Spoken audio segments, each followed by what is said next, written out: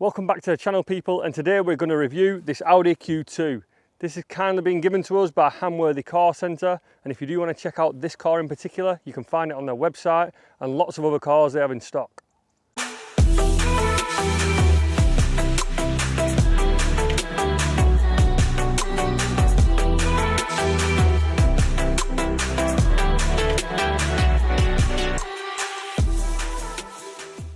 So me and the Audi Q2 do actually have some history.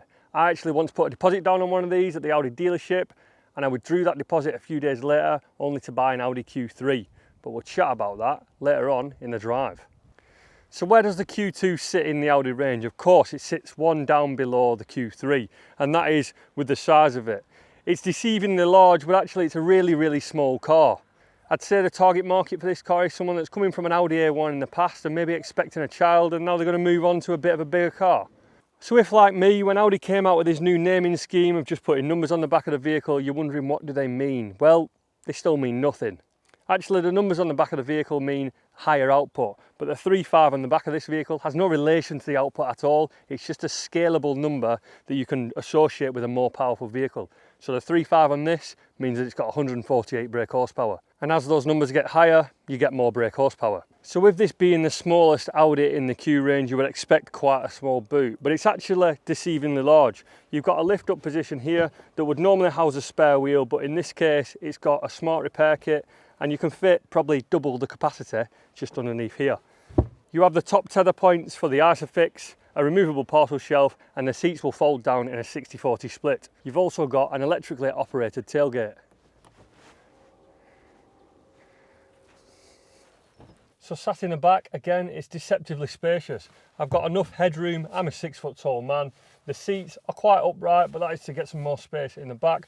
But other than that, they're very comfortable. I mean, the S-Line trim in here really brings it up that next level. You've also got some Isofix just on the seats next to me, and in true Audi fashion, they are fully removable caps that you will probably lose. They are very small cubby holes in the doors. You're not going to be storing much in there, and there's also no 12-volt power supplies in the back, should you want to set up an iPad for the kids or something like that.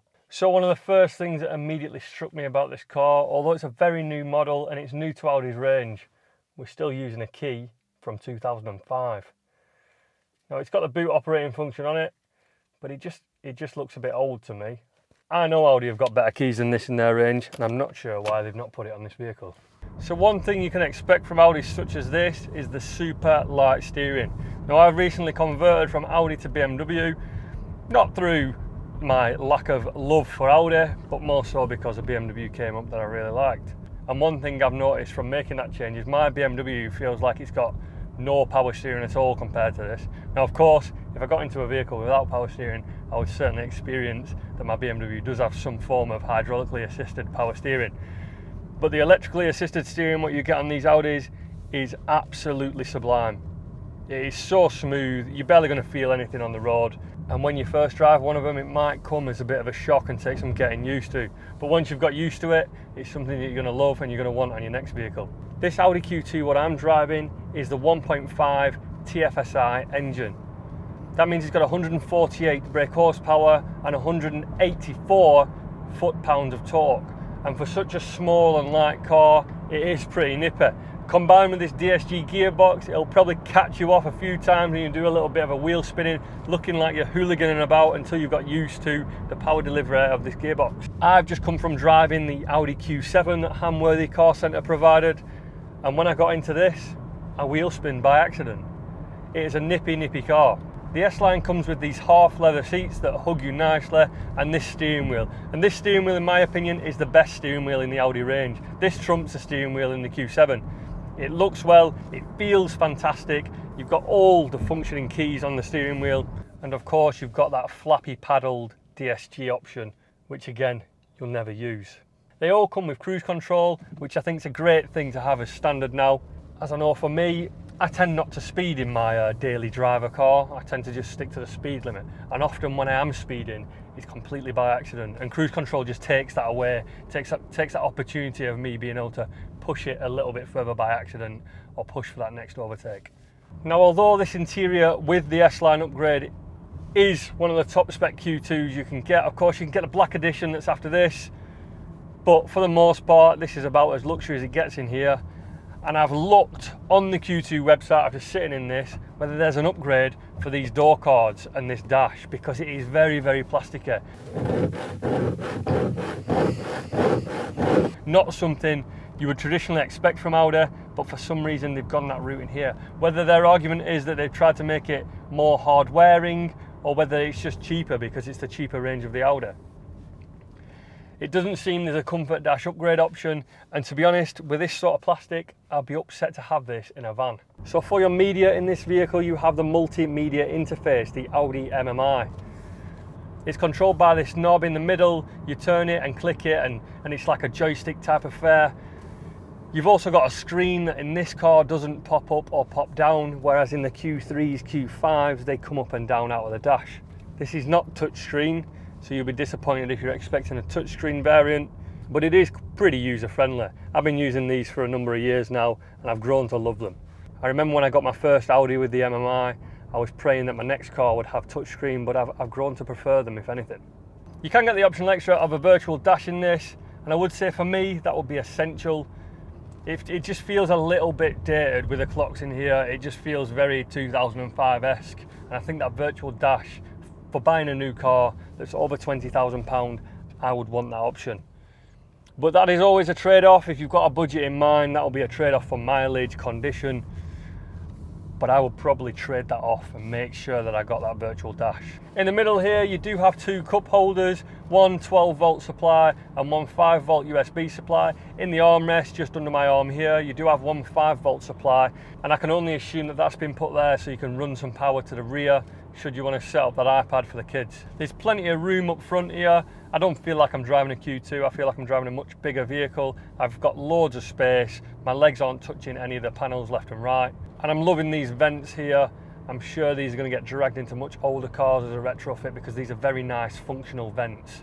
So by now you might be wondering, well, you sound like you like it, why didn't you buy one? So I never actually went into the Audi dealership to buy a Q2, I went in to buy an A3 or a Q3. When I got there, they had a brand new Q2 on the shop floor, the black edition, Nardo grey, black extras all around, the lights were shining off it, and Mrs. Core was sold. She was convinced that the Q2 was the car that she must have. I knew that we needed a new car. It was a family car, and Mrs. Core was going to be driving it a lot more than me.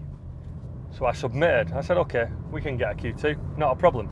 After going into the office with a man to talk about specs and models and what my price range were and what I could have for my budget, I realised that the black Q2 that was on the shop floor was within nowhere near my price range.